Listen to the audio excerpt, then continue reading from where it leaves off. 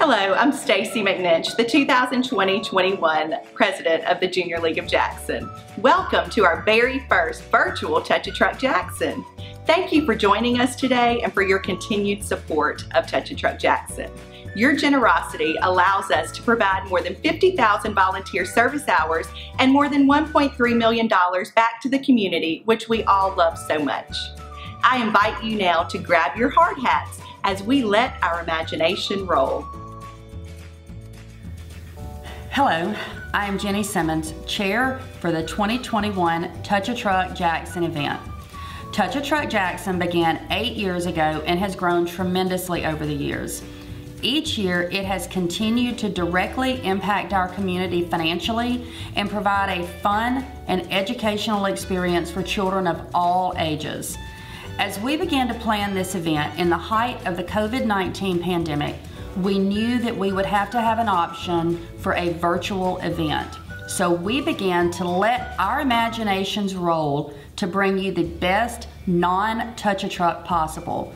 We encourage you to let your imaginations roll as you and your children explore the sights and sounds of our 2021 event.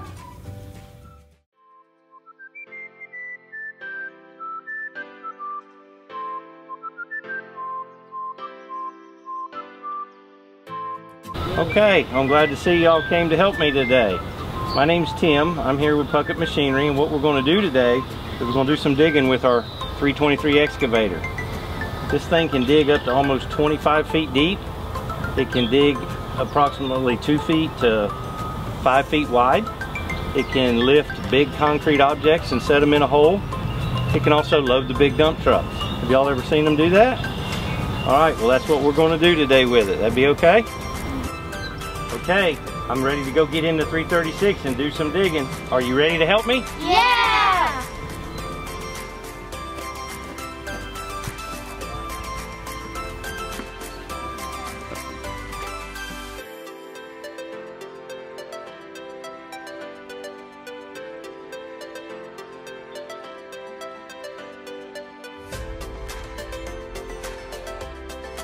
This is a 55,000 pound machine. It can dig up to 20 feet deep. It can carry about 2 yards of material at a time. It can lift large concrete structures and put them into place and load trucks. It has tracks instead of wheels so that it can stand up in soft conditions like sand and dirt. Only one operator at a time in the machine. It doesn't travel very fast, but it digs really fast.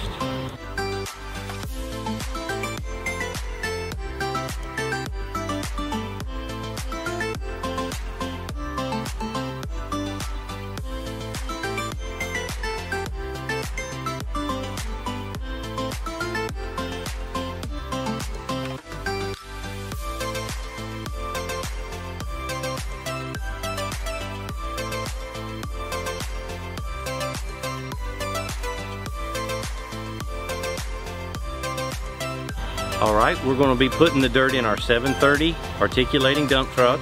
It can hold up to 30 tons of dirt, which is approximately over 60,000 pounds of dirt. Used on job sites a lot to dig holes and fill holes. Many times on our job sites, you'll see multiple trucks, up to 10 to 12 at a lot of times. That truck, fully loaded, can travel at almost 30 miles an hour. When the trucks and heavy equipment are not being used, a lot of times they're in what we call laydown yards, or they come back here to Puckett to be cleaned up and serviced and ready for the next job. If you'll notice, this is a real special truck. It has 6 wheels. It has 6 wheels to help with its flotation, and all 6 wheels are pulling at the same time. Flotation means so that we don't sink into the dirt, we stay on top in case it's muddy.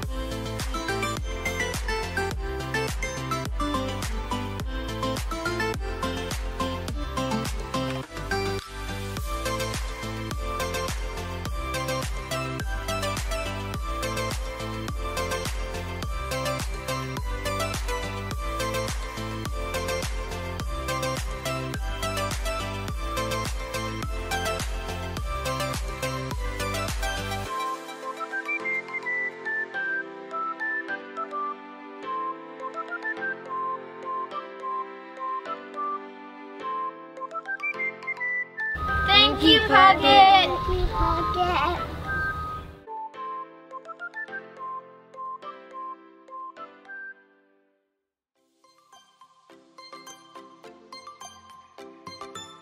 My name is Lane. I'm with Bracken Equipment in Flowood, Mississippi. I've been operating for 22 years with Bracken Equipment. Today we're showing you a Liebherr 230-ton truck crane. It is an essential piece of equipment in the construction industry. It's used for picking air units, hanging cell towers, steel erection, numerous tasks. It's a 230-ton crane. It has 237 foot of main boom, and the jib is 118 foot. With main boom and the jib insert attachments, it's 336 foot tip height. On a day-to-day basis, we use it on all construction sites. You do have to have NCC certification to operate and Class A CDL to drive it.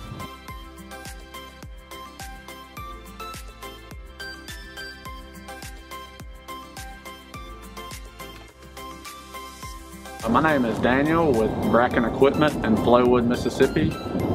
We specialize in crane rentals, and I'm an operator here running a T-Rex T780. I've been operating at Bracken Equipment for a little over a year, but I've been operating a crane for around 10 years. And you have to have a CCO certification to run it and a Class A commercial license to drive it. This could apply to everyday life, because the cranes that we have build buildings and cell phone towers and certain things that we use in everyday life. We use this piece of equipment day to day. We move it from one job site to another. Driving down the road, top speed is about 62 miles an hour. It is a 80-ton crane, and tip height, the highest it'll go is 192 feet.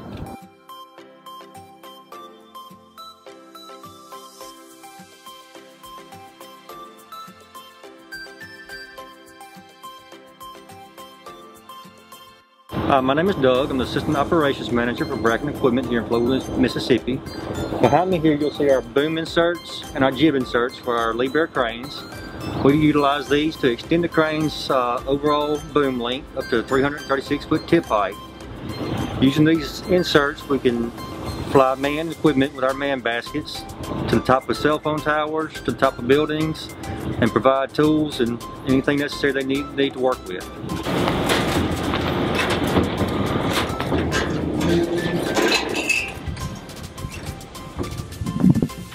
I'm currently standing in a two-man man basket. We use these baskets to transport man safely to their destinations on top of buildings, or to provide them a safe workplace on top of cell phone towers. These baskets utilize a steel structure to keep the man protected and provide access points where they can tie off to allow them to work safely. This is also how we get images like this. Behind me here is our Liebherr 1200 5.1. This crane was brought to us from Germany. It was shipped across the ocean on a boat all the way to the port of Galveston, where we picked it up and brought it back here to Flowood, Mississippi.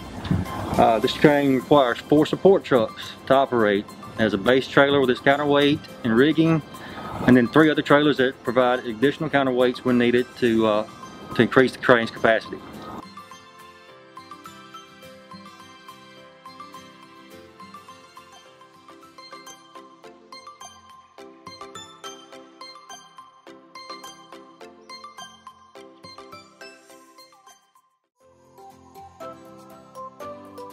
Hello everybody, I'm Mark Stovall with MMC Materials. This is Ben Jordan with MMC Materials. Ben Jordan is a mixer truck operator. Ben Jordan has been with MMC Materials for 37 years. Today we're going to talk to you about concrete a little bit. This is a concrete truck that you're seeing in the background behind us. Concrete truck is made to deliver ready-mix concrete to job sites. Ready-mix concrete is one of the most utilized construction products in the world. Concrete is conveyed into this mixer truck by the means of a concrete batch plant. So The batch plant puts the raw materials that we need, which is cement, sand, gravel, and water, into this truck, and then this truck is actually a manufacturing plant. There's a series of fins internally in the drum of this truck that actually manufactures concrete. So that is what we do day in and day out. Concrete is delivered and sold by the yard, by the cubic yard, is how concrete is measured. This is a central Mississippi area. We service everything in the central portion of Mississippi. Now, MMC is the largest concrete producer in the state of Mississippi. We have plants that stretch from Memphis all the way to the Mississippi Gulf Coast, and this is one of 5 areas.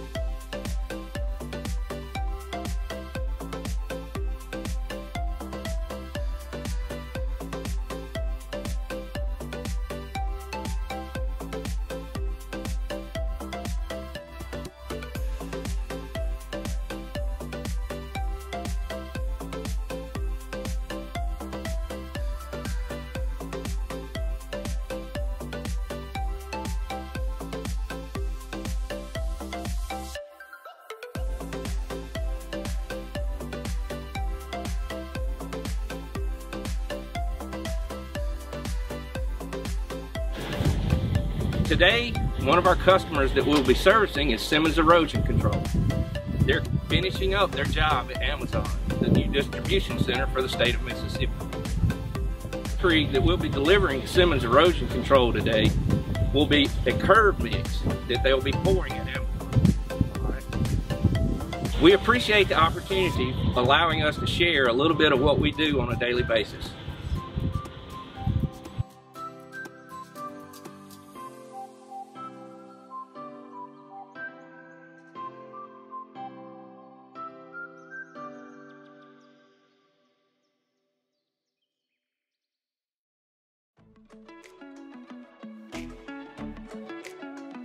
We're going to go over a brief description today of what we're going to be doing here today. We're going to be pouring some curb and gutter with one of the Miller 1000 formless concrete machines.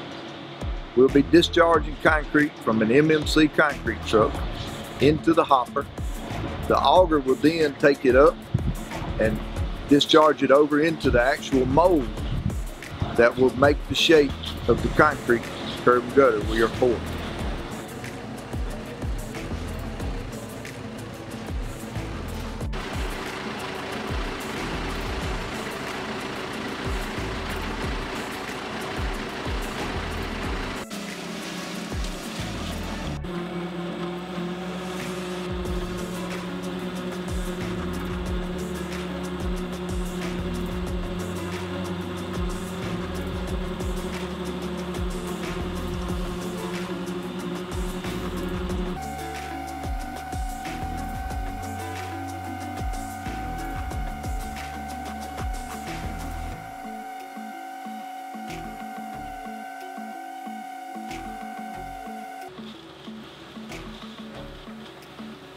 The concrete will pass from the hopper up the auger over into the mold. There are vibrators in there that will vibrate the concrete to make the form of the mold that we have on the machine today. This particular machine has I'd say probably 5 or 6 different molds of curb and gutter that you can pour with it. It also pours a header curb You can also attach a rail mold to this machine that would be like you see on your bridge rails when you're passing down the highway. Also, it'll pour wall, which is like a parapet wall that you see in the median of some of your 4-lane highways. As the mixer truck starts to discharge the concrete from the truck, it has to be looked at to make sure it is the right slump for the product you're pouring today. Too wet it's not good. Too dry is not good. The too dry causes it to crack, makes it harder to finish. Too wet would cause it to slump to where you couldn't keep your height like you need and your form.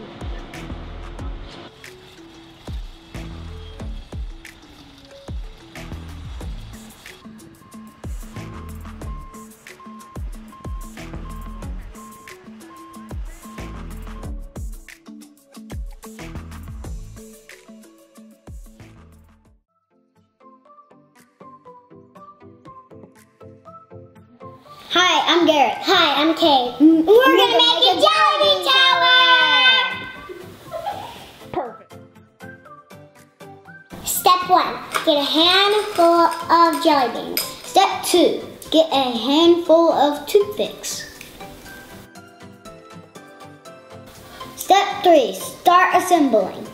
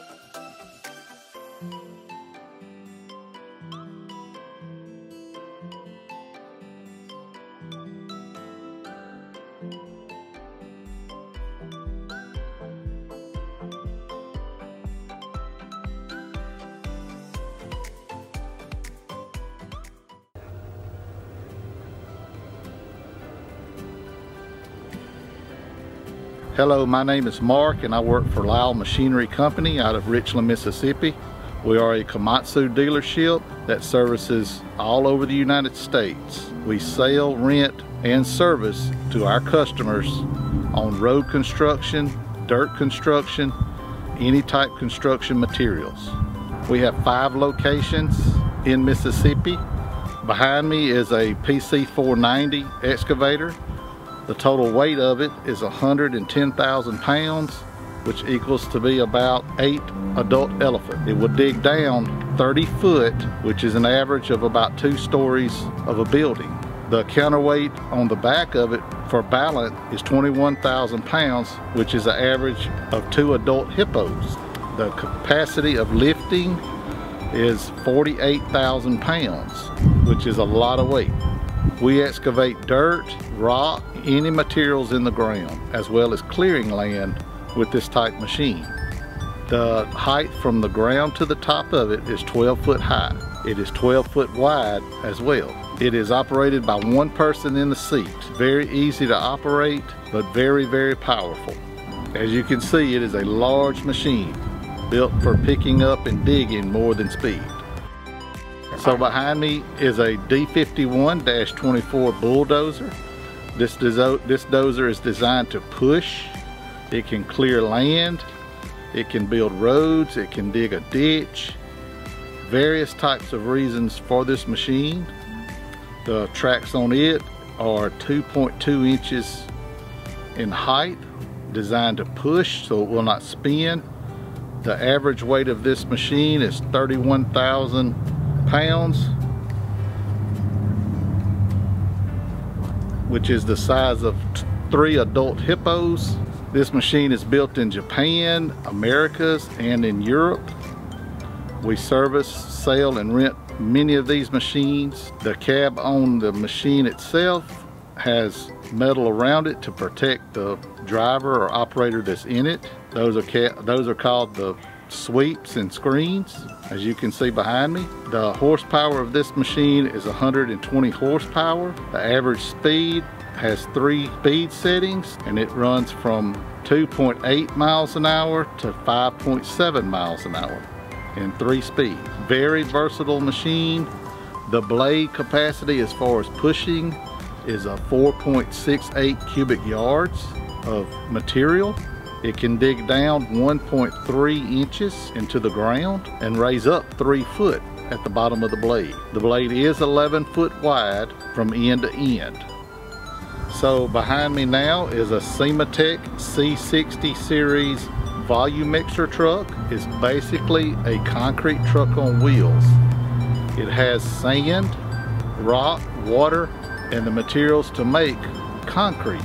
All of it mixes together and comes down to a conveyor belt. The Cematec truck can produce 60 yards per hour of concrete on an average pour. The average weight of a loaded Cematec truck is 78,000 pounds, which is 8 adult hippos. This particular truck behind me holds 510 gallons of water, and it's an average of 10 yards that it can pour of concrete. The cement truck is designed for pouring pools, sidewalks, driveways, roads. We can add color to the concrete from this truck and also use fiber in the concrete for stiffness and durability of concrete.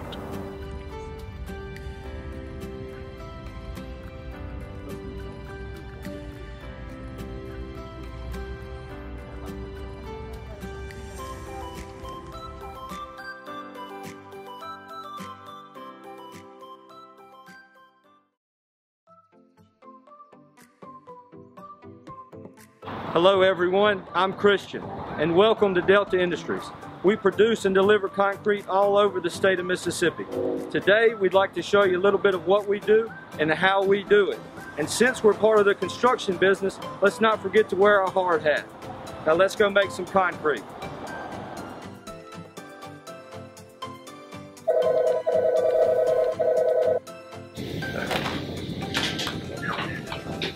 This is Delta Industries. This is Aiden from Aiden's Construction. This is Gage. How can I help you? I would like to order some concrete for my project. Yeah, we can help you with that. Thank you. Have a great day.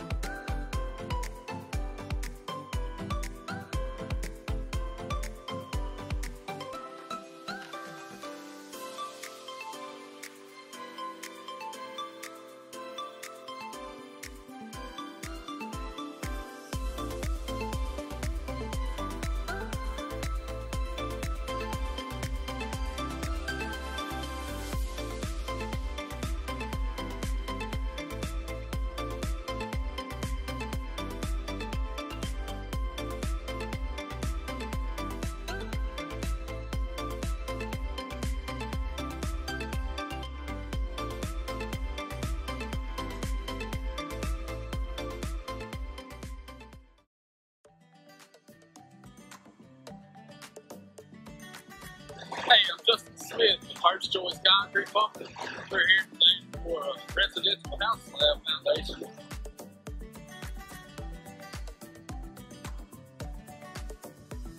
Today we're doing a foundation for a new house in Gluckstadt, Mississippi.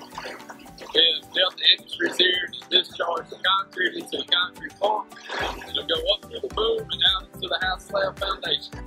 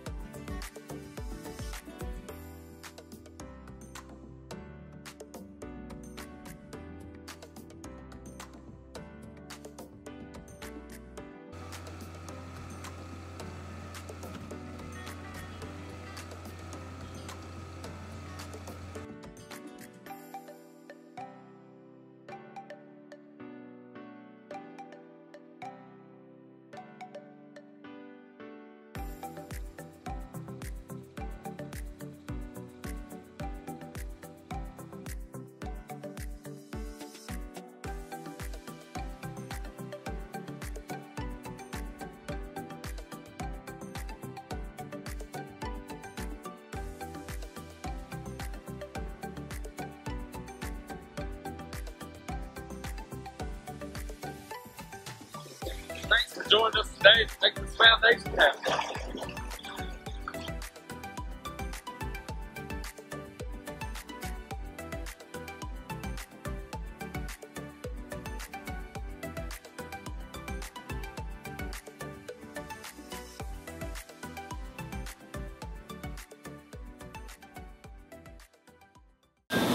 My name is Doug Miller. I'm the Chief Chemist for the Mississippi Department of Transportation's Chemical Lab.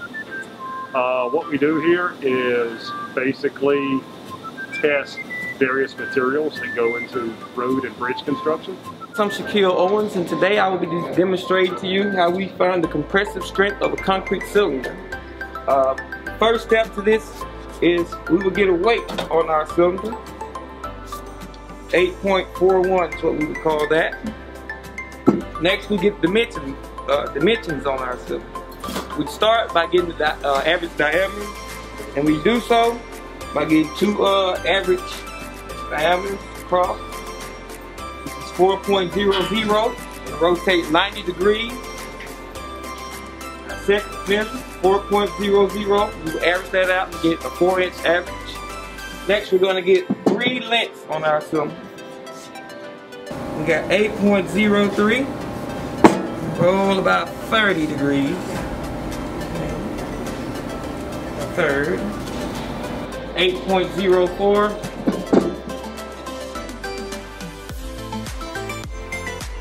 Last 8.05. We call that about 8.04 average. Afterwards, we're going to check the perpendicularity of our cylinder and make sure that it does not depart by plane by more than half a degree. And half a degree for our 6-inch surface is this 1 16th feeler gauge. We do so. Alright. See? And we go down inside our cylinder, making sure that it doesn't depart. Plane. Please, same ordeal. In this particular case, we'd be good. Next phase, we get to the fun part. Load our bearing surfaces up. Careful to make sure that they're clean. Inside is a neoprene pad. Top and bottom, once again, making sure they're clean. We come on.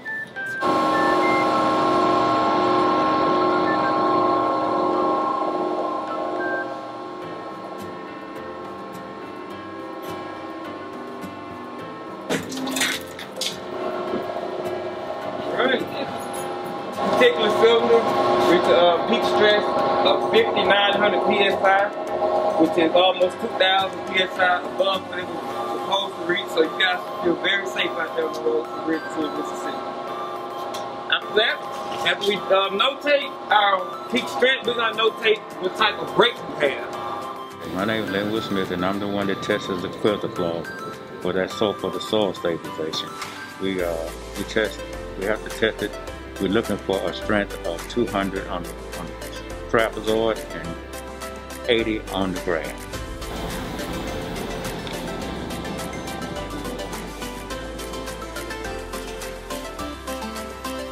It has to be at least 200.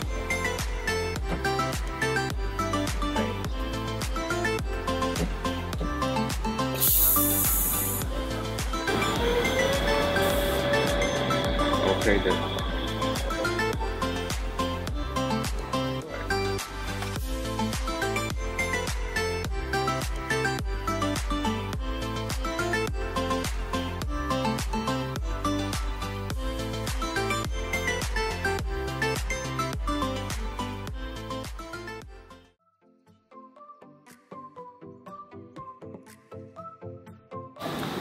So for today's at-home STEM activity, I want you to take your piece of cloth and I want you to pull on it and see how strong you have to be in order to tear it like this. And I want you to ask yourself, is that compression or is that tension?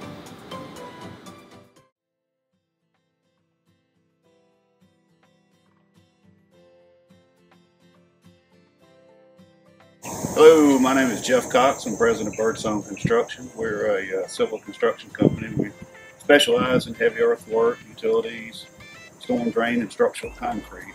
We have two trucks here today. We have two Max and a trailer truck that we haul aggregate, sand, dirt with. We also have a granite Traxel Mac that we also do the same with. We'll be discussing it and show you the functions of how they operate. My name is Eddie Pace, truck driver. I drive for over 30 years. Work with Birdsong Construction. Today, we're going to take you over my Mack truck and show you the functions of this truck. This is a CB radio where you talk through the mic, you talk to other drivers, you know, you get directions and stuff like that. So that's what it's mainly for. This truck runs about 75 miles an hour. It's got a governor to keep it from going as fast as it will go. All my functions about like a car, on the steering wheel, the radio, the phone and all that. You got your cruise control. This is an automatic truck. You notice there's no gear in there. It's an automatic truck. It's a push button. You just push the button for drive, neutral, reverse. These are your brakes. You got the tractor brake, which is your truck, and you got a trailer brake. So they work separately. They all work off of air. Okay. You got your differential, which is this button here.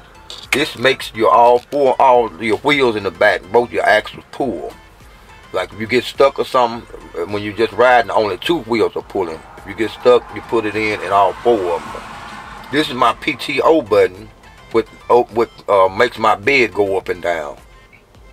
This button makes my fifth wheel, which is where your trailer locks into your tractor, is called the fifth wheel. It makes my trailer slide back and forth so you can kind of level your weight out, even your weight out.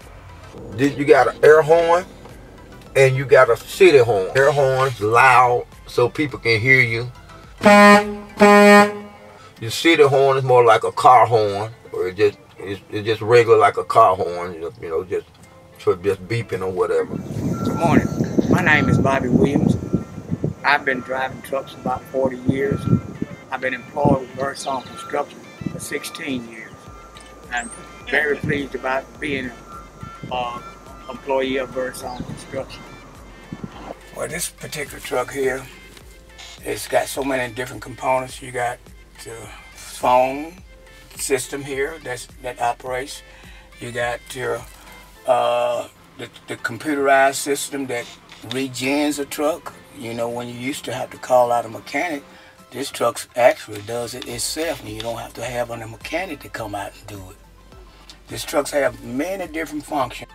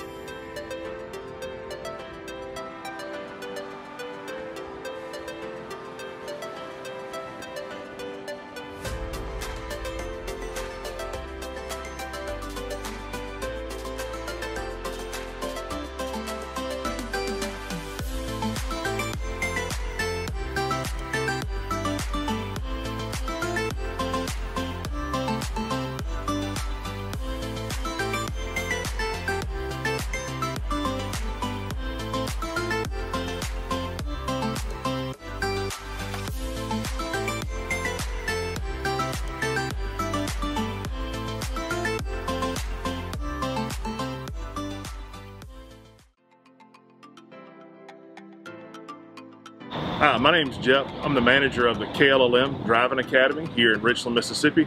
And we're under KLLM Transport Services, and this is one of our 2021 Freightliner Cascadias that we have in the fleet. We have right around 2,000 trucks in our fleet, and every year we have about 800 students that go through the academy and they complete the program. They are currently CDL drivers here for us at KLLM Transport Services. One of the great things about this company is what we do. We haul mostly temperature controlled freight across this country, and that means primarily what we're hauling is we're hauling food products. So we're hauling chicken, we're hauling beef, we're hauling ice cream, M&Ms, things such as that, as well as the healthier stuff like lettuce. So we're hauling all of those great things across this country, and of course throughout the pandemic we've seen so many different things that we rely on truckers for, and that's one of the things that we're doing here on a day-to-day basis is we go from place to place, city to city, state to state, and we're hauling these goods so that you can buy them in your local grocery store or somewhere else. So this truck has a sleeper berth, and in the sleeper berth we have 2 beds, so drivers can actually take their truck with them, or in essence what they do is they take their home with them from place to place as they go. So they stop in at rest stops, they stop in at truck stops, and that's where they're staying for the night. We're an over-the-road company, so what we do consistently is we're hauling from place to place. So we may not get from the location where our goods are coming from to where they're going in one day. So as we go along the routes, we may have a drive from North Carolina to California, and we can't make that in a day. So these drivers stop, and as they stop, this is where they're bedding down for the night. This is where they're getting their rest, getting their sleep for the next day as they continue to drive to where they're supposed to go. So that's one of the great things that these trucks allow drivers to do is that they don't have to just stop at a hotel. They can just be where they're at and sleep for the night, get up the next day, and continue on with the road. So safety-wise, we can drive for 11 hours a day, up to 70 hours a week. And there must be a 10-hour rest period within there that they can pick back up and start back driving. So truck drivers, in essence, do more than just driving too. So sometimes they're checking their cargo, or they're doing something outside of driving. So we can work up to 14 hours a day, but only 11 of that can be driving, and 10 hours within the sleeper time or rest time during the day. So here at the KLLM Driving Academy, we're in partnership with Hinds Community College, and what we do is on a consistently week basis is we bring in students. Some students that don't have a CDL permit, they get their permit with us, and then they're learning how to drive. Every year we process somewhere between 800 and 1,000 students that come through the doors here, and around that number get their CDLs and their drivers with us here at KLLM Transport Services. One of the great things about working for the trucking industry is that you'll learn a lot about the country. You'll learn a lot about where things are, where folks live, different parts of the country, and you'll just learn to see a lot of the country as well. And you get paid doing it. So that's the wonderful thing about being with a trucking company and being with KLLM Transport Services. So one of the great things about coming here is that we accept anyone that's 21 years of age or older. So you can come in here, you don't have a CDL permit, maybe you have a CDL permit, maybe you have a CDL but you haven't done any recent driving experience. You can come in here, we can give you some instruction while you're here at the academy, and then we can transform you into a driver, and then you can move on and become a driver with us here at KLLM Transport Services.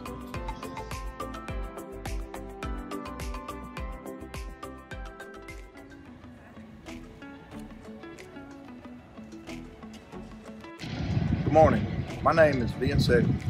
I am employed with Simmons Erosion Control. We are a subcontractor and also a prime contractor. This is one of our 2 lowboy trucks that we use to move our equipment around from job site to job site. This is a 2019 Kenworth. It's equipped with the emissions for burning clean exhaust. This is the diesel exhaust fluid tank. As the truck is in operation, it injects fluid into the exhaust, and that helps it to burn a cleaner exhaust for the environment. You can see up top there's no black soot in the exhaust. First thing we're going to do is we're going to put on our seatbelt, of course. We'll start by starting the engine. We'll go over some of our gauges. You have here your alternator gauge, that's for your battery. You have here your water temperature gauge, that's the coolant on your engine. You have here your oil pressure gauge for your engine. Here is your tachometer, that's the RPMs your engine is turning. You can tell as I give it a little.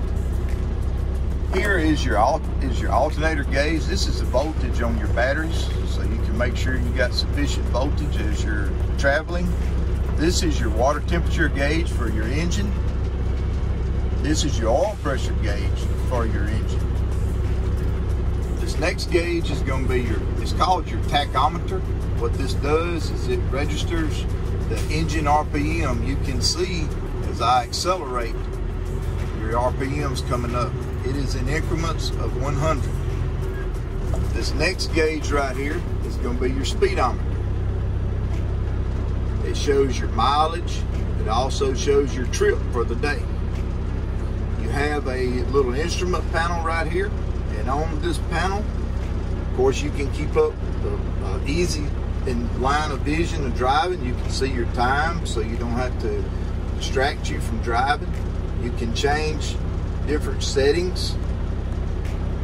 You can pull up gauges.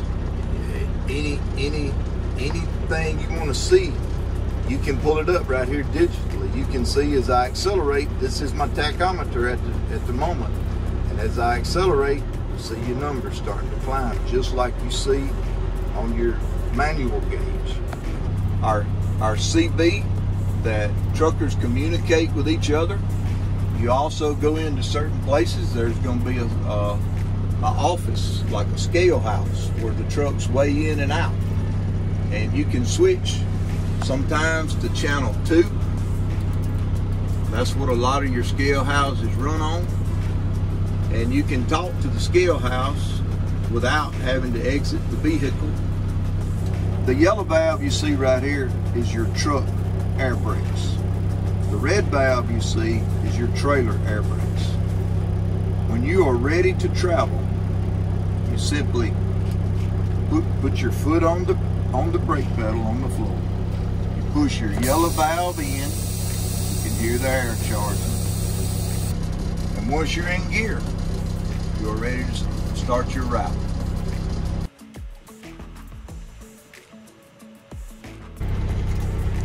Touch a Truck Jackson. Let your imagination roll.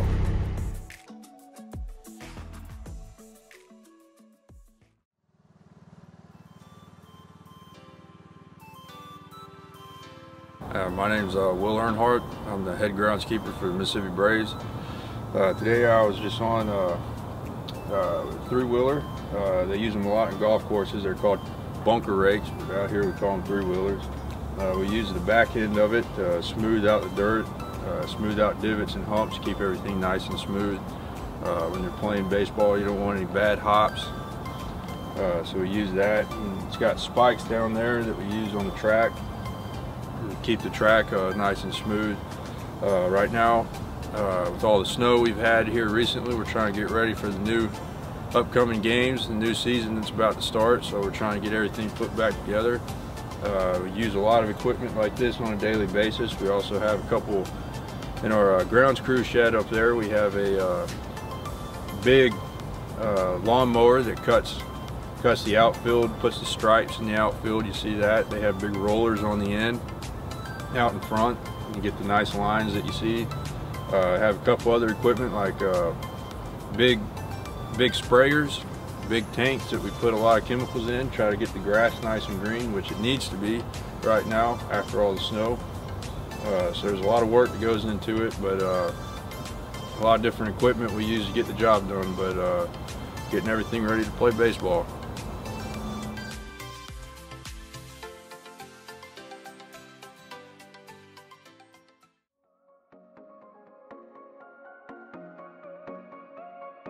Hello kids, I'm Jerome Wallace. I work for Ergon Trucking, and today I'll be telling you about the tanker truck. I've been driving and hauling tanker for about 6 years. Truck drivers have to have a special sticker to haul tanker and hazardous material. Tanker truck is different than most trucks. It's round shaped and it can haul liquid, like anything from milk to oils to chemicals, fuel.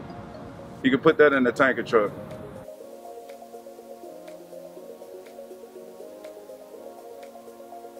Our home is here in Jackson, Mississippi, but we deliver oil to all 48 states, including Canada.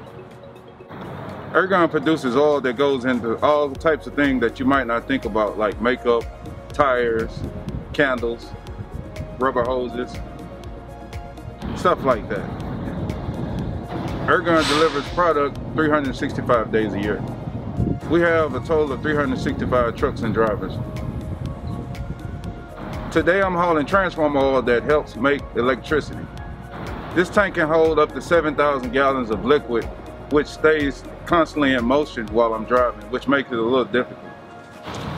This truck can go 70 miles an hour. It also has a bed in the back where I can take naps. Where I get fuel at is a truck stop where there's showers, food. This tank holds 150 gallons of diesel.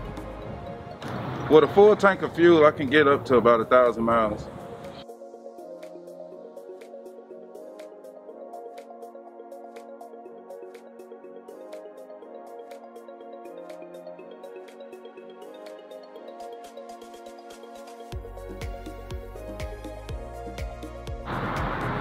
This is a hidden compartment under my bed where I store stuff like tools. You have a fire extinguisher in case I have a fire, and stuff like that.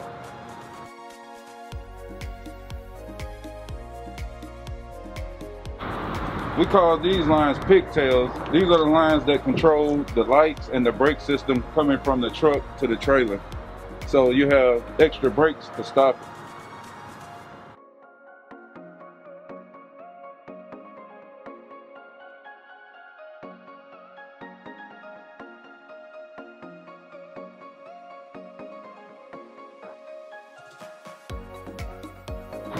Hey kids, check out these rocket launchers. No, these are not rocket launchers. They are hose tubes that I use to keep my hoses in.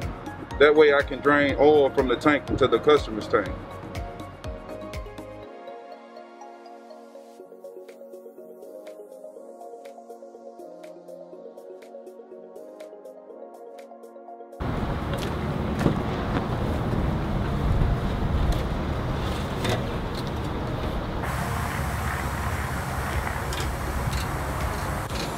Okay, kids, it's time for me to hit the road. Thanks for listening.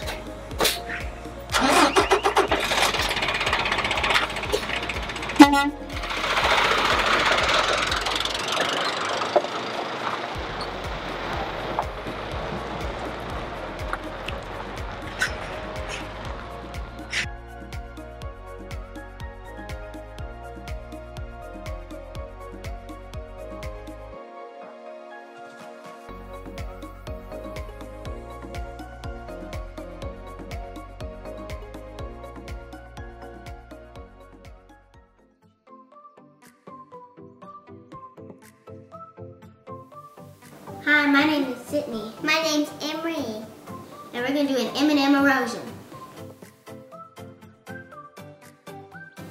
Step 1.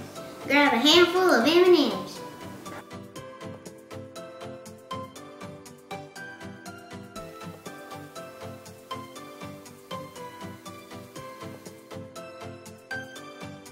Step 2. Make a circle.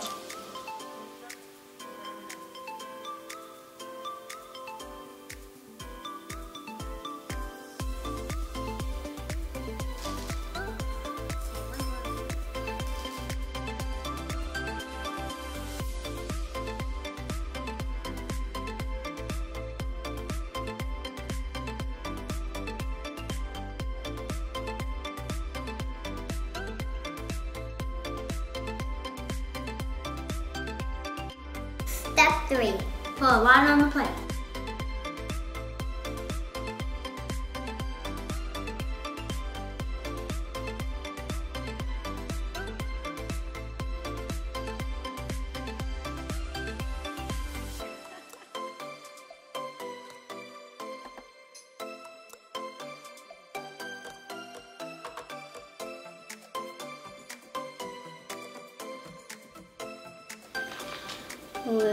That's blue, yellow, green. It's working! Yay!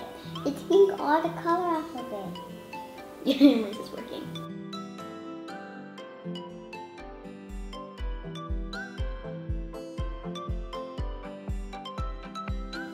Thanks for watching our video and learning about erosion.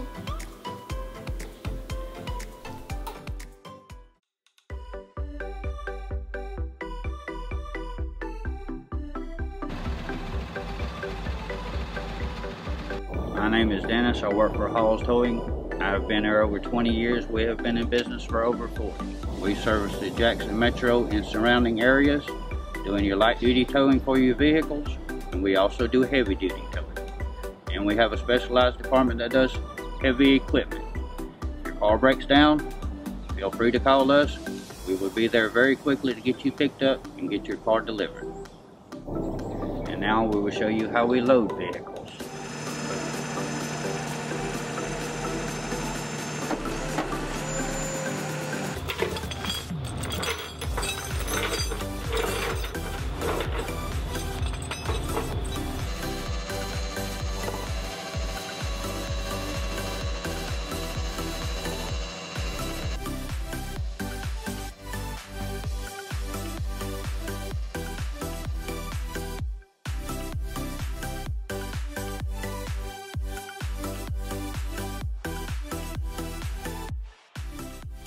Hey guys, I'm Christy, this is Jonathan. We're with the Department of Transportation, and y'all may be familiar with the Department of Transportation. We do things like fix roads and build roads and put up orange cones that may sometimes aggravate mom and dad. But we also do other very important things. Like today, we're going to talk to you guys about wearing seatbelts. And this funny looking truck behind me is called Rover, Roll Over Rover. And it's going to demonstrate for you guys a few scenarios where people are or are not wearing their seatbelts that'll show you why it is so important to always put your seatbelt on. So Bert, behind me here, is an adult dummy, and he's going to show you what happens in a rollover crash if you're not wearing a seatbelt. Bert's a little hard-headed. He does not like to wear a seatbelt. He says, well, it's my car, it's my choice. I'm not going to wear mine. So let's see what happens with Bert when he gets into a rollover crash at about 30 to 35 miles an hour.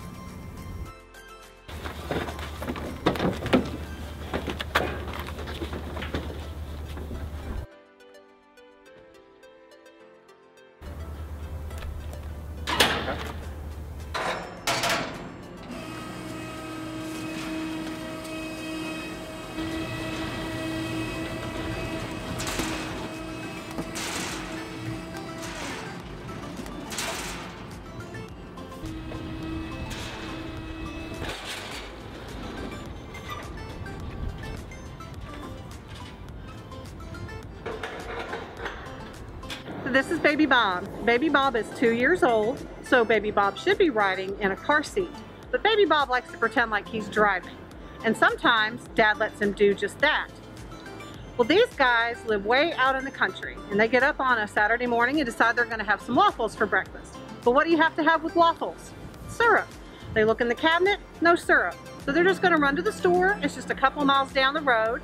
He lets Baby Bob sit in his lap so Baby Bob can pretend like he's driving when they go to the store. They get going down the road about 30, 35 miles an hour, and a deer runs out in front of them.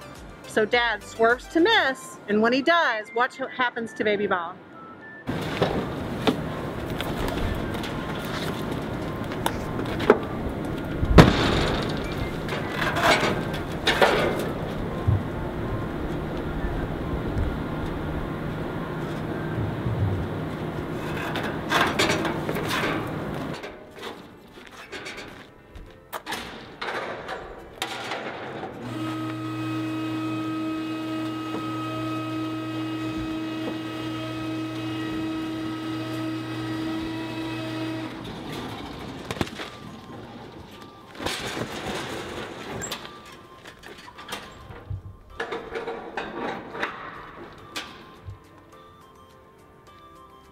This is Simon. Simon is 6 years old, so Simon doesn't need to sit in a baby seat anymore. But is he big enough to just get in the car, put a seatbelt on, and go for a ride? Not quite. Simon needs to sit in a booster seat. Anyone who is less than 4'9" and 80 pounds really needs to be in a booster seat, preferably in the back seat. We're gonna get him all buckled up now. Up front there is something that's very dangerous that can hurt small children. That's the airbag. The airbag is actually not a very soft material at all. It's canvas and it's filled with a very hot gas, and when it comes out of the dashboard, it's coming out at you at about 180 miles an hour. So if you can imagine sitting right in front of the dashboard and this airbag coming out, it's like 180 mile an hour punch to the face. You never ever want to put a child in front of one. If you have a vehicle like this truck here that only has a front seat, most vehicles these days have the ability to turn off that airbag, so just make sure that that airbag is turned off if you have no back seat to put a child in. But we're going to show you what happens when Simon is buckled up like he's supposed to be. Bert's figured it out. He says, okay, I get it. I need to have my kids buckled up. So he gets Simon buckled in just like he's supposed to be, but Bert is still not wearing his seatbelt. So what do you think will happen when someone's buckled up properly and someone else isn't? We're going to show you.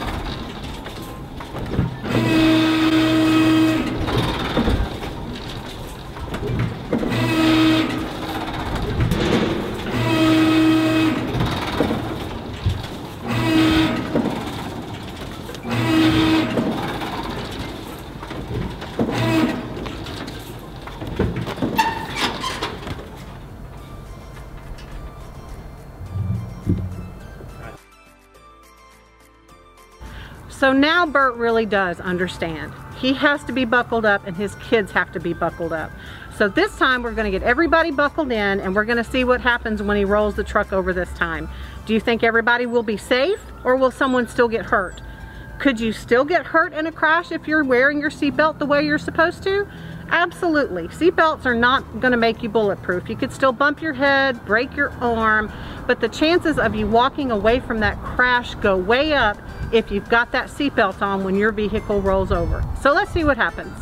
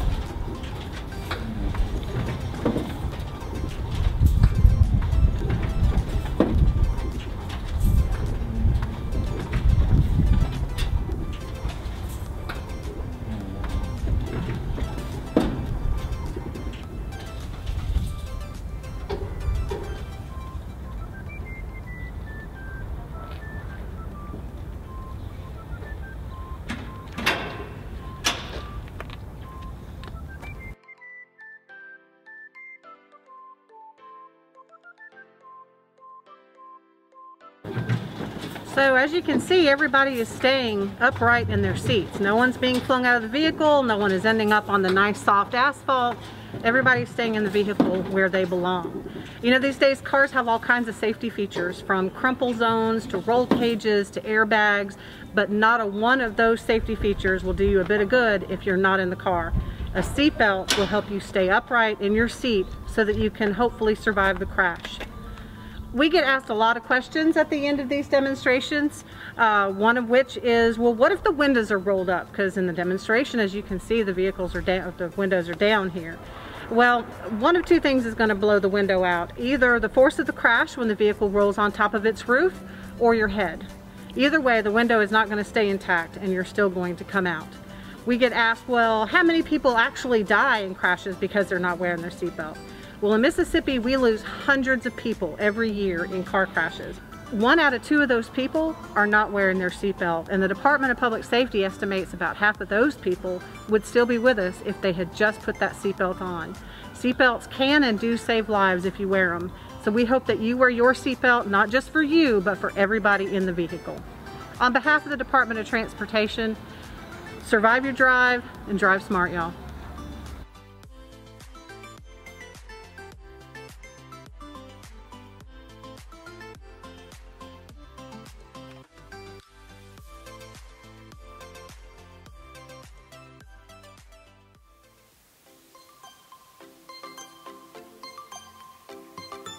So my name is Cole Trowbridge. I'm with the Mississippi Highway Patrol.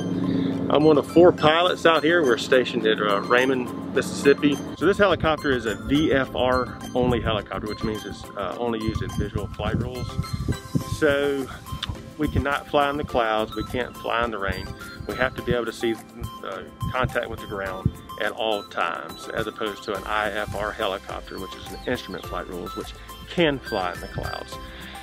One of the reasons that's important for us is we need to be seeing the ground anyway, because that's a part of our missions, is to be able to see the ground and see other law enforcement on the ground, be able to see the prisoner or the person that we're looking for on the ground. If we're in the clouds, we can't help the units on the ground anyway. So some of the questions we usually get from 2nd graders about this helicopter: no, it cannot land on the moon. Yes, it has landed on the top of Mount Everest, not this one, but one just like it.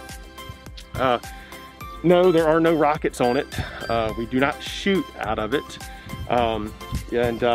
We have 3 main blades at the top. They're driven by the engine that is in the rear of the helicopter. It has a shaft that connects to the transmission, which in turn turns the 3 blades at the top and the tail rotor in the back. We do all of our minor maintenance here at our hangar. I don't do it, our mechanic does it. Oil changes and any lubrication on the engine, things like that. So when we are looking for someone on the ground, our MX-10, as I referenced earlier, is a big help. It has coordinates on it, so it always knows where it's looking. And if we see someone on the ground that we want the ground units to go find, all we have to do is give them the coordinates, and those coordinates take them to a particular spot on the ground so that they can find that person. This is our controller for our MX-10 camera. It's really neat, so we can just turn it on right here. We can swivel the camera around wherever we want right here. We focus our image using this wheel right here, zoom right here, and this Vic button right here we can change from our daytime cam, which gives us a color image, much like you're seeing right now, to the infrared cam where we pick up heat signatures.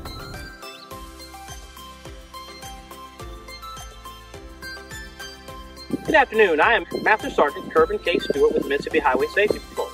I am currently the Central Region Supervisor for the Public Affairs Office. What we have here today is the Highway Patrol ARC unit. This is a 2019 Dodge Charger. It's just one of the units we use to do our job as we patrol the highways of the great state of Mississippi.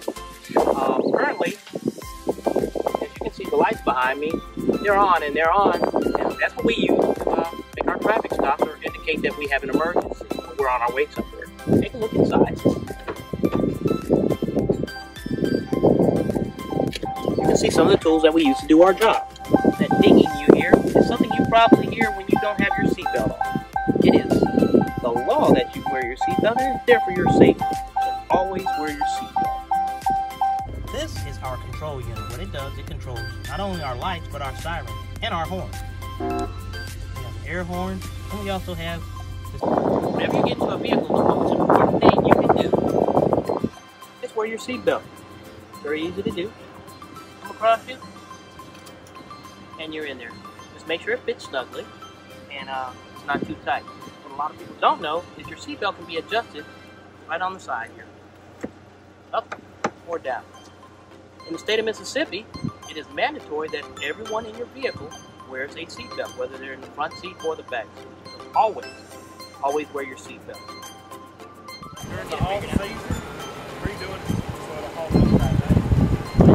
I'm Trooper Roberts, and I'm with the Mississippi Highway Patrol motorcycle team. We often use our motorcycles in high traffic areas. We also escort important people like the governor or the president when they're out. So the Mississippi Highway Patrol motor team has been around since 1938. We have 12 of these bikes statewide. Now, the Mississippi Highway Patrol uses Harley-Davidson motorcycles. We use these to respond to accident scenes in our day-to-day operations, like running radar and catching speed vehicles.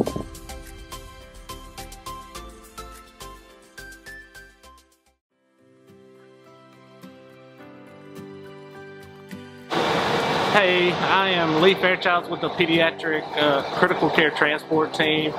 And here at UNC we have several different ways of transporting all types of patients across the state.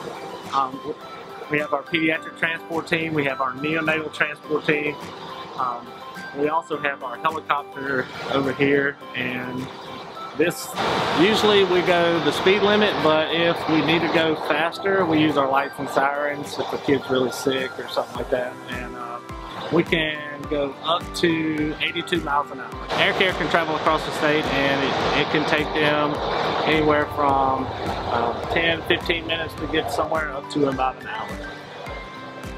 These are just several different ways that we can transport any patient across the state to help provide better care. Hi, my name is Christopher Ducote. I'm one of the pilots for the Air Care 1 in Jackson, Mississippi, out of the University of Mississippi Medical Center. We provide air evac coverage for the state of Mississippi and sometimes into other surrounding states. We fly the Eurocopter 145 and a Eurocopter 135. The Eurocopter 145 is the helicopter located behind me right now. The 145 can fly up to about 124 knots, roughly 140 miles an hour, and we have a couple hour fuel range. Be able to recognize the UMMC helicopters by seeing the Air Care written on the side, and it says University of Mississippi Medical Center and Children's Hospital, because we do provide services for Children's Hospital as well.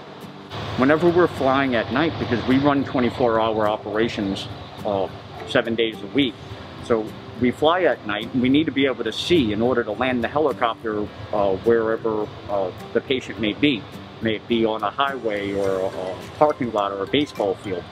So at night, it's dark, we wouldn't be able to see the power lines and the trees and the light poles and stuff like that.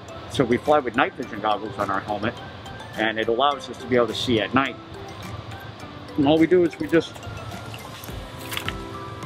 flip them down, and we're able to see. It's kind of like looking through a toilet paper roll holder. You can't see a whole lot, so you have to keep your head moving a lot.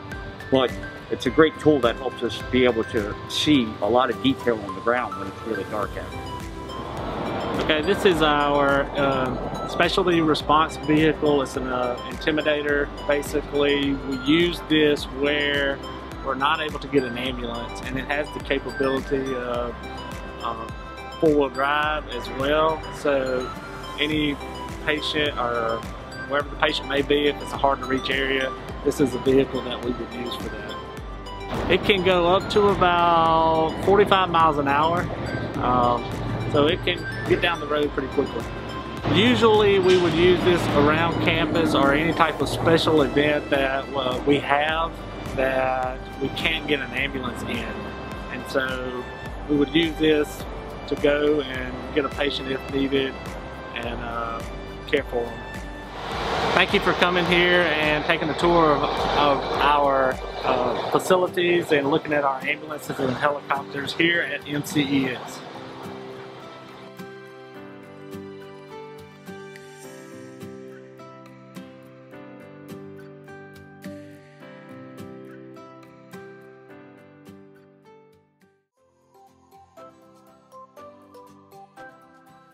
Hey guys, my name is AJ DiMartino. I'm an investigator at the Rankin County Sheriff's Office. I'm also a member of the Special Response Team, also known as the SWAT team. And today I'm here to give you a look at our MRAP, our armored vehicle that we use for call-outs and also search and rescue. Our doors on the MRAP are called air assisted, which means all we have to do is pull the lever and it opens up by itself. So hop on in. Alright guys, so here we are inside of the MRAP. It is an up-armored vehicle. If you look here, you can see the bulletproof glassing. Also, all the doors and sides are thick steel. This truck can go about 65 miles an hour to get where we need to go. You're looking at here, this is all of our lights, systems, switches. Up top here, we have our radio so we can talk to everybody, and also our siren box here. This console here is a fire suppression system. That way, if there's a fire inside or if there's a fire outside, we can extinguish it quickly. This is a former military vehicle, but we've taken it and we've converted it into our armored vehicle for SWAT call-outs and search and rescues. So what we have here is, if we need to, we can deploy this out and stand up on this and look up outside of the hatch here. We have it closed now though. Originally this only had 4 seats in the back, but we took those out and installed these benches for more room and more space. We can store some of our equipment down below here. Here we've got some entry tools, electrical cables, and on this side we've got some other stuff. This one's empty, undergears, a chainsaw and stuff, usually anything that we might need to get in somewhere quickly and safely. So all of our personal equipment we keep in our vehicles with us, our weapons, our vests, our helmets, our gas masks, our communication system.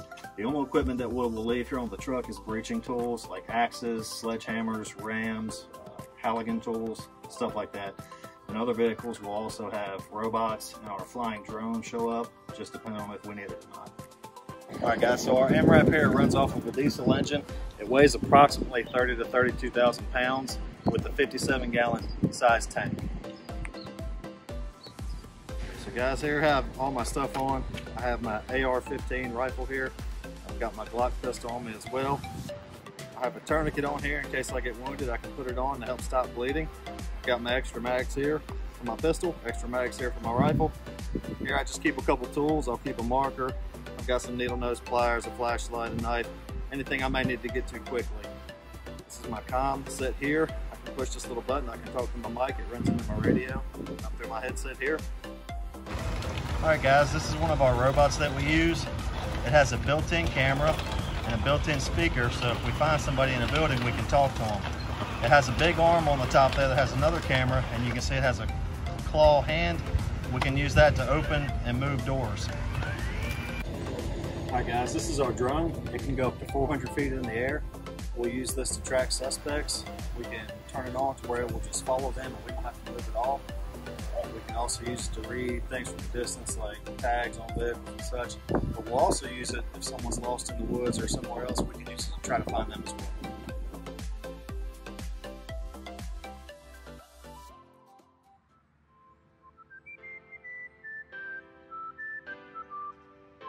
Hey, my name's Sam. I work here at the Pearl Fire Department. I'm a lieutenant. Been here about 5 years. Today I'd like to show you our fire truck. Hey y'all, we're here again. We're going to talk about our trucks. This is our ladder truck behind me. It goes a whopping 114 feet in the air. We take it out on commercial structures, things like hotels. We need to get up in the air, do a rescue, put water in from a different angle. And over there we have our everyday driver, and it's used from everything from we take it to lift grandma off the floor, to car wrecks, to house fires. So a lot of lift assist. Our town's gotten a little older. We go to several wrecks. Don't get a lot of house fires. We have real good fire codes that prevent house fires, car fires, wrecks on the interstate. About any time anybody dials 911, you name it, we're ready to roll.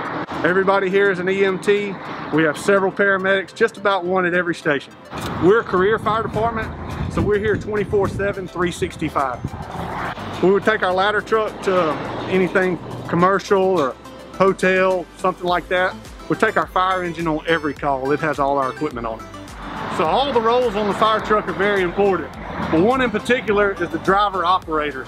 He not only has to know where we're going, know the streets, but he needs to know this fire truck in and out.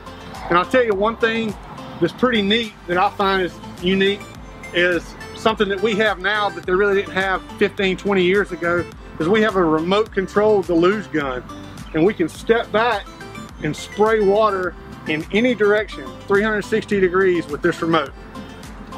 So I'll tell y'all something pretty interesting about our fire truck. The piece of equipment we have on it is our thermal imaging camera.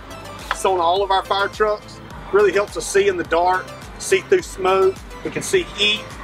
We can see somebody if they're down in a fire to help us do a search and rescue. And it's a really neat piece of equipment. So on our fire truck, we have pretty much everything we need to handle any situation that we come across. We have our chainsaws, our K-12, generators, jaws of life. We're ready to handle pretty much any situation.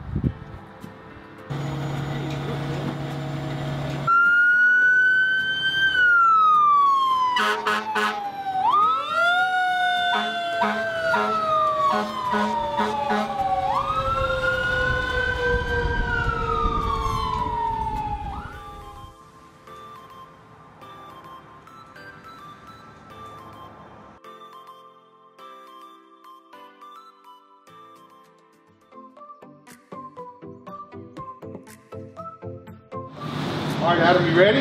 Yes. Go!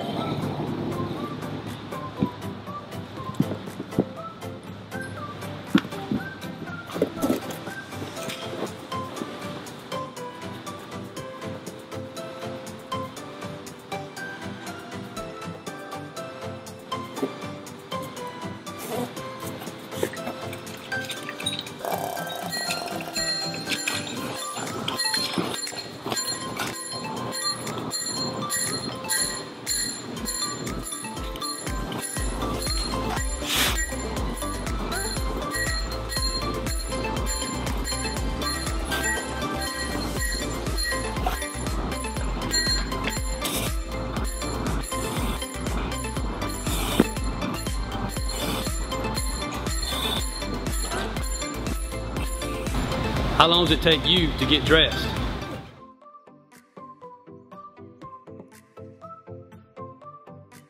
Hi, my name is Darcy. Hi, my name is Drew. And now we're gonna make cars and trucks out of Play-Doh. Step 1. Get your Play-Doh and your toothpicks.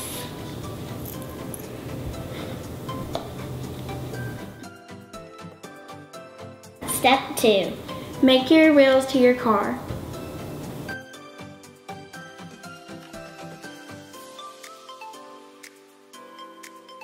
To make wheels, we're going to roll our balls and smush them flat.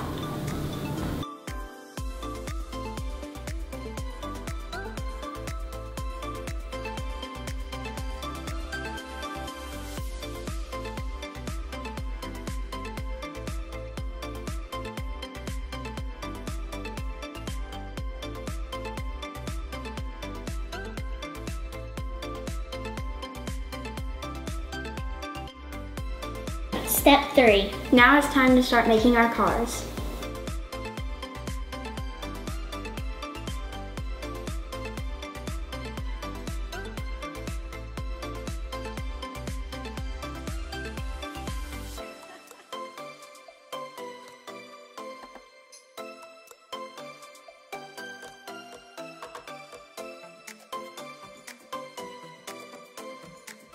This is when we'll use our toothpicks to attach our wheels to our car.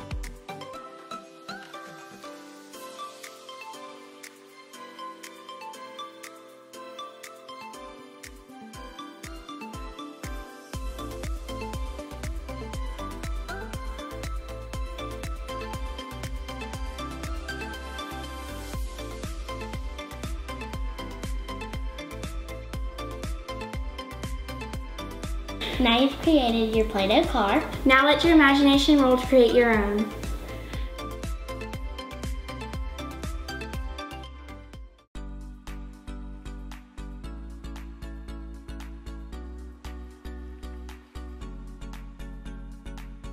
Hi, I'm Lindsay Curry with Community Bank. I'm here today to show you a little bit about what we do on a daily basis. And now we're going to take you on a trip through the bank. We're going to make a cash deposit in the lobby. We're going to make a trip in the vault. And last, we're going to show you what we do in the drive-thru. Today, I'm going to be making a cash deposit to my checking account.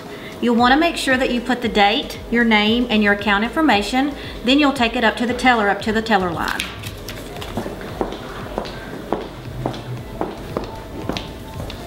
Hey, how are you? Doing good. How are you? Doing good. Thanks so much. Thank you. Have a good day. You too. Now we're in the vault, and this is where we keep our safe deposit boxes. I'm going to open a safe deposit box to give you an idea of the size of it. You'll place it up here, and this is the box that you would keep any important documents or anything that you would need to be kept safe. I'm here to give you a look at what we do on our side when you pull up to the drive-thru to make your transactions. What we do is whenever you pull up, we let the drawer out, and you will put your deposit slips or your withdrawal slips or cash or any kind of transaction that you need to do. We'll process your transaction and send it back to you with a receipt.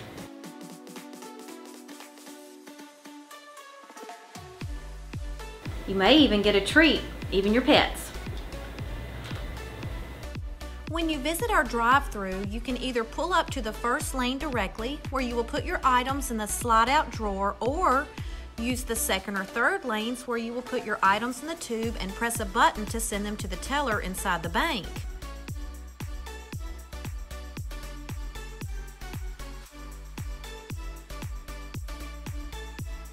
Once we process your transaction, we will send your receipt back to you the same way you sent it to us. Thanks for stopping by at Community Bank, and we hope to see you soon.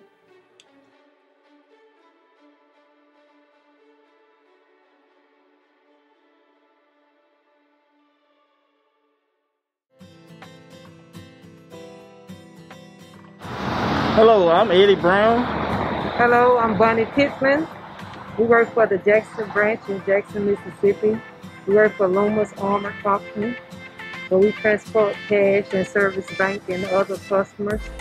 And what you see behind us is our truck, or one of the trucks that we use. And this truck is a special tool for us because it is bullet resistant. It is very strong, so it carries around some of the heavy weighted coins that we have to carry. And it's protective. It protects us from any harm that someone may try to steal the money or something. The truck actually protects us. We're always armed. As you can see, I have my weapon on. He has his weapon. We both have bulletproof vests on for our protection, making sure that we go home safely. The truck goes 70 miles per hour. Of course, we have to maintain our speed limits according to company policy. We have sirens on the truck as well for a case of emergency. Someone wants to actually rob the truck, we have each other as lookouts in order to make sure no harm is being brought upon any guards or any workers on the truck for that day. Someone always stays with the truck at all times. It's never left unattended to keep a good lookout, make sure nothing happens, and we go home safely. Our job is important because we transport the one thing in the world that everyone needs and that is in high demand. So it is very important that we are safe in transporting money for our customers, and they rely on us to get much needed funds in and out of their stores for them to operate. On behalf of myself, Eddie Brown, Bonnie Pittman, we'd like to thank you for taking a tour of our truck with us today, and have a great day.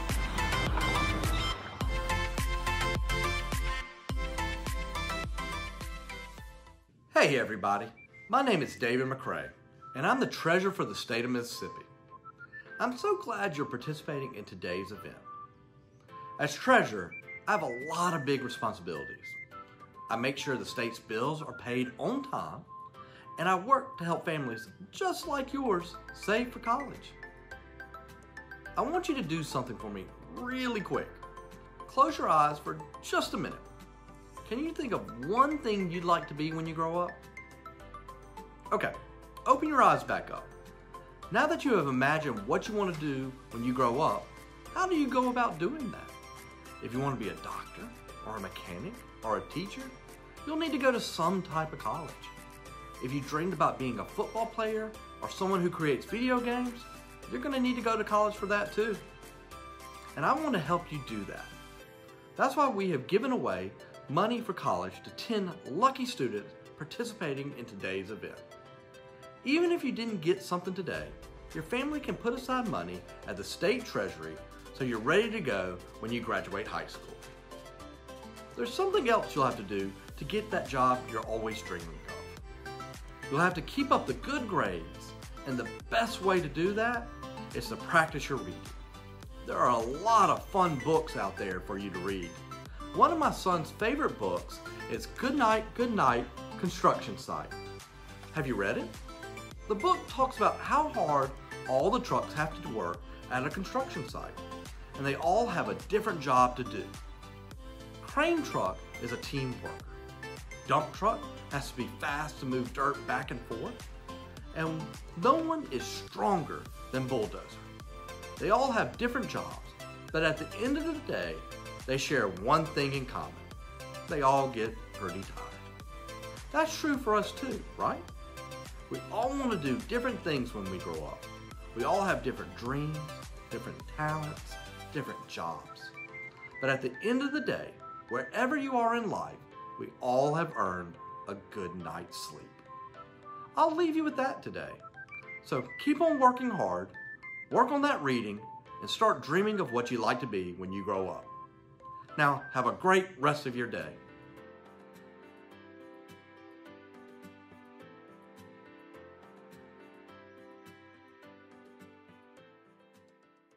Hey y'all, meteorologist Rachel Coulter here. I work over at WLBT with an awesome team of meteorologists, and I wanted to tell you guys just a little bit about what we do here at the station as meteorologists. You know, we not only tell you guys about the weather on TV and on social media and on our First Alert weather app, but we do a lot before we even get to do that. You know, we have to get ready to get on TV, but we build graphics, we build our forecasts, and that takes up most of our day. So really over the course of our 8-hour workday, most of that time we're building that forecast, trying to figure out not only what the weather is doing right now, but what it's going to be doing as we work our way through time. So there's a couple of things that are super important to start off in when we're trying to predict and forecast the weather as we go forward through time. So the first most important thing is to look at current conditions. So when you walk outside and you're hanging out with your friends, if it's sunny outside, if it's warm, this is important because we got to know where we're starting off to really look at what we're going to see later on. And if we've got some warmer temperatures just to our south and the winds are moving in from the south, that's important to us meteorologists because that tells us, well, hey, if there's warmer temperatures to our south and all of the weather that we're seeing across our area is coming from that direction, we're probably going to see some warmer temperatures too. So that's something that we look at. We have to look at here in Mississippi, we have to look at the weather, the sunshine, the sky cover, whether we have lots of clouds or no clouds at all, whether we have rain or no rain at all. All of these things are super important as meteorologists, not only looking in Mississippi, but around really the entire nation. So once we have a good idea of what we're seeing across the entire area, then we take it forward a little bit. So now we have to look at something that we call model data. Then we get to look forward and see what's going to be happening here as we carry through not only the next few days, but we try to build forecast that goes all the way through the 7-day. And you might know that day of the 7-day forecast. So if you're trying to plan a birthday party on the weekend or hang out with your friends one day and you want to know what the weather is, our job is to let you guys know what to expect and what to plan for so you know the best day to get outside and enjoy the sunshine or warmer temperatures. And the way we do that is by looking looking at computer models. There's a lot of them, but we have to look not only at the surface, but we have to look all the way up the atmosphere. So where we're walking around on the ground to where the birds are flying, to where the planes are flying, all of that information is super important to what we're going to see weather-wise here on the surface as we carry through the next few days. And computer models are able to show us different scenarios of what could happen, and what we have to do as meteorologists is take our experience of working in the field. So I've been here in Mississippi for a few years now, so I'm able to see different things. My teammates have been here for a while as well, so we all put all of our knowledge together. We look at the computer models and do all of that to put our forecast together, and then we start to put those numbers into our computer graphics and onto the website and onto our First Alert Weather app and social media. So if you follow us on social media, all of those forecasts, we took a lot of time to make sure we're looking at the temperatures, on the cloud cover, on the rain chances as we carry through the next few days, and then we're able to present it to you guys on TV, and it's a super fun time. And of course, if you really love science and math and the weather, the meteorology might be a good job for you. I hope you guys have a good time. Thanks for listening in.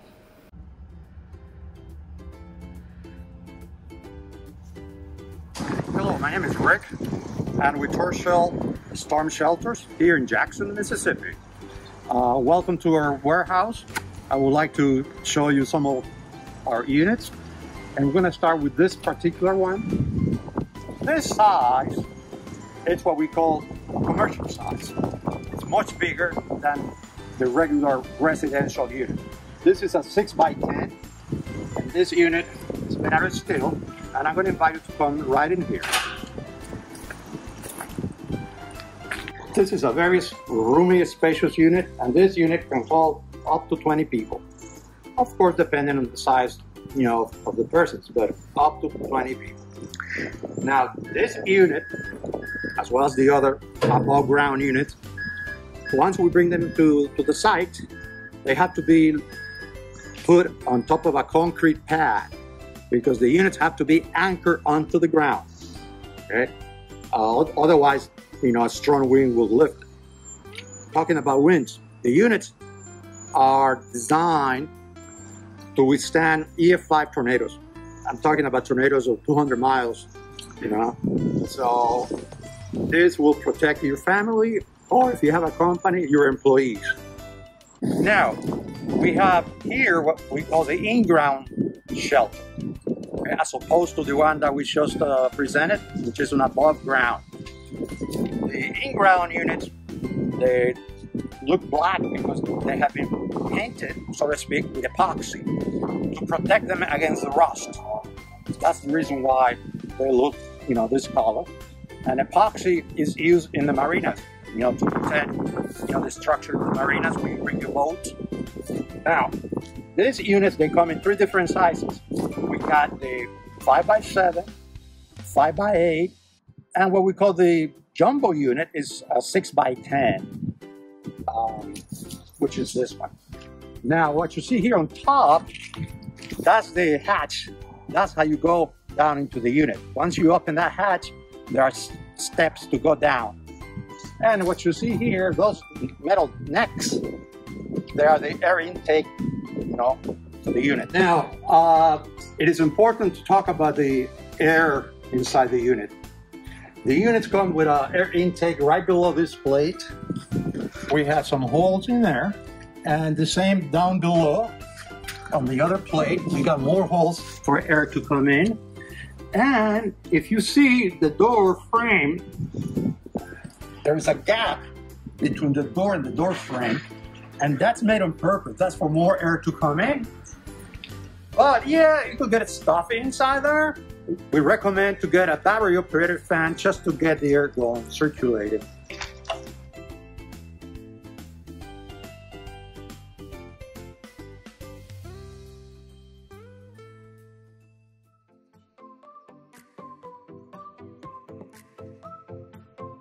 Hi, I'm Chandler. And I'm Cooper. And today we're going to make a rain cloud. A rain cloud.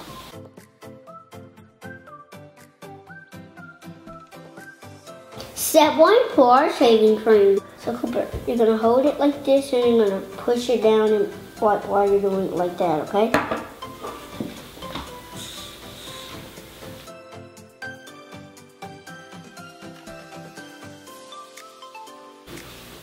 Now I'm gonna do it. Now spray it like that. No, but you got to push this down while you're holding it.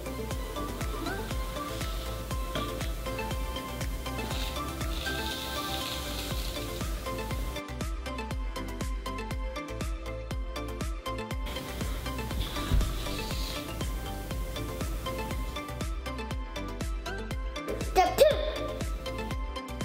Pour our food coloring. First, you got to open this, and then squeeze it down just a little bit. Squeeze it, not super hard, just a little bit.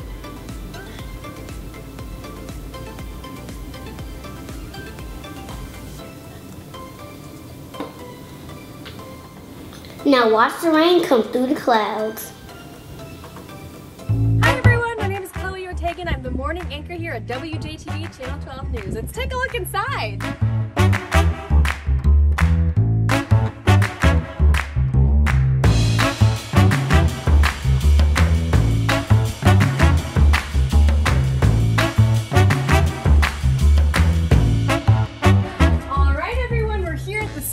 This is Walt Grayson, who's doing the weather. Walt, how are you doing today? Doing well. How about you? You're doing the weather. Yeah. So what are you doing here?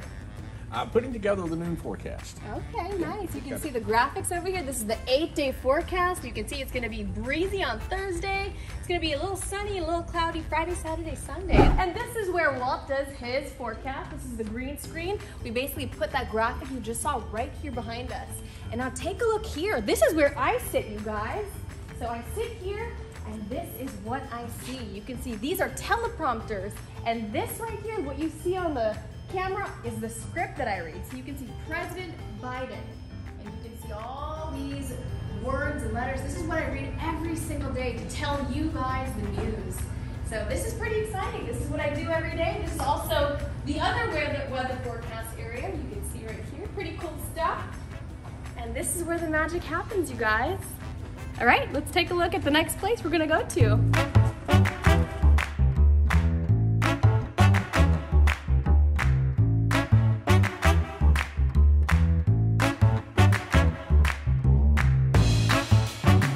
All right, everyone, this is the control room. This is Jimmy over here, and this is Aubrey. They are in charge of making sure the show runs smoothly, and Jimmy does just that. When severe weather hits, we use these cars. This is thunder and this is lightning. Take a look at this.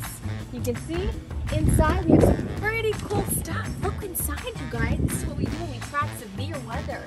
Pretty cool. All right, well that's it. This is Touch a Truck. I'm Chloe Ortega, WJTV 12 News. Thanks for joining us.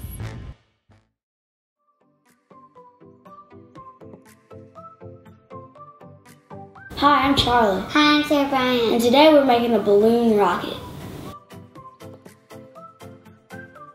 Step 1. Blow up your balloon. Blow it. Blow it. I can do it.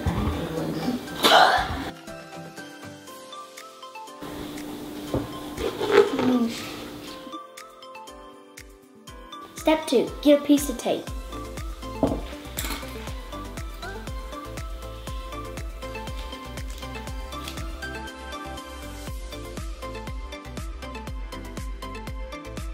Step 3, tape your straw to your balloon.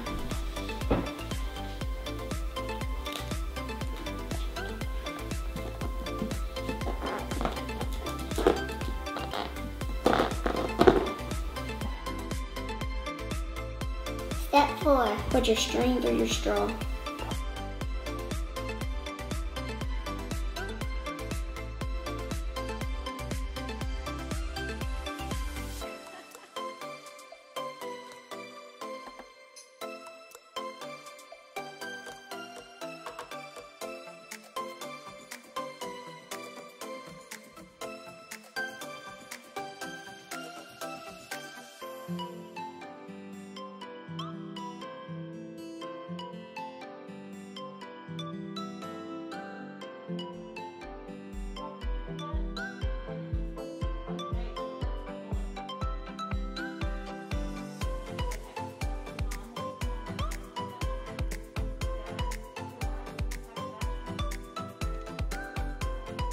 Step 5, let go of your balloon.